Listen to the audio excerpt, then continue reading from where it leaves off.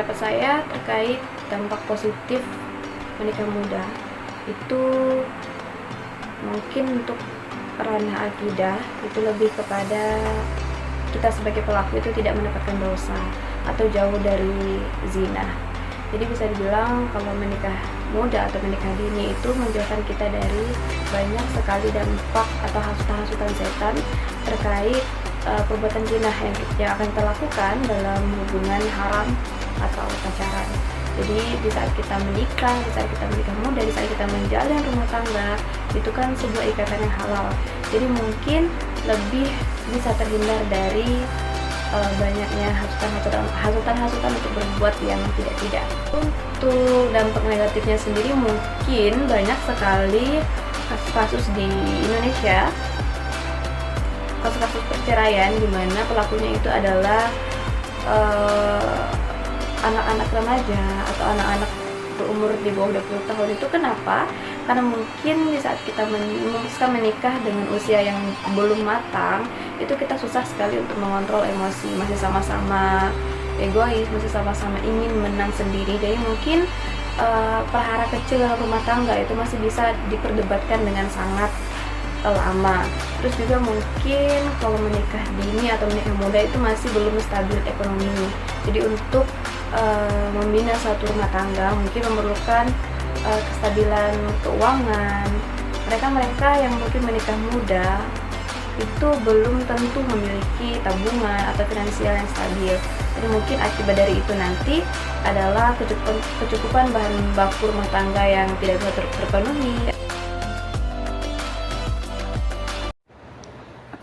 Kalau kita bicara tentang pacaran dalam Islam, maka kita harus memahami dulu bahwa Islam adalah agama yang menjunjung tinggi kehormatan, kesucian diri, dan batasan antara laki-laki dan perempuan yang bukan mahram.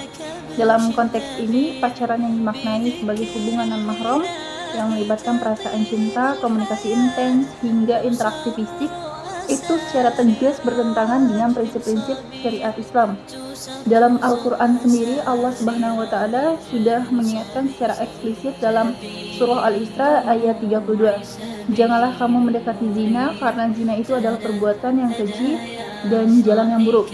Nah, kata kunci di sini adalah jangan mendekati. Itu artinya bukan hanya zina yang saja yang haram, tetapi juga segala bentuk aktivitas yang menjadi jalan menuju zina, termasuk pacaran.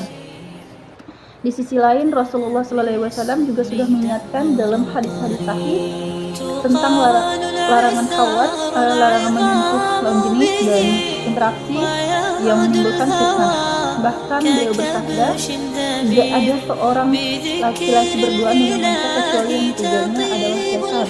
Nah, itu bukan hanya sekedar larangan, tetapi juga peringatan serius tentang resiko moral antara interaksi bebas perempuan dan laki-laki.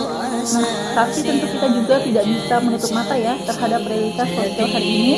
Banyak anak muda yang berpacaran atas nama cinta, saling mengenal, bahkan sebagian menganggap itu lumrah, bagian menganggap dari posisi mencari pasangan. Nah, disinilah fungsi dakwah dan pendidikan harus hadir ya. Kita perlu luruskan bahwa Islam bukan melarang cinta, melainkan mengatur ekspresinya agar suci dan terarah. Islam memberikan solusi yang lebih bijak, yaitu melalui ta'aruf, yakni proses mengenal dengan adab, tujuan jelas, dan dalam pengawasan pihak ketiga ataupun keluarga. Maka kita perlu bicara hukum pacaran dalam Islam. Jelas hukumnya haram, namun kita juga harus membingkainya dengan pendekatan yang bijak. Apakah anak-anak muda perlu dibekali pemahaman agama yang benar, diarahkan proses yang halal, bukan dimusuhi karena salah arah. Cinta itu fitrah ya, tapi harus dijaga dalam bingkai syariat. Nah, kata penutup, jangan biarkan cinta membuat kita jatuh pada maksiat. Biarlah cinta mengalir dalam jalan yang diridhai Allah, karena cinta yang paling indah adalah cinta yang dimulai dengan setelah akad.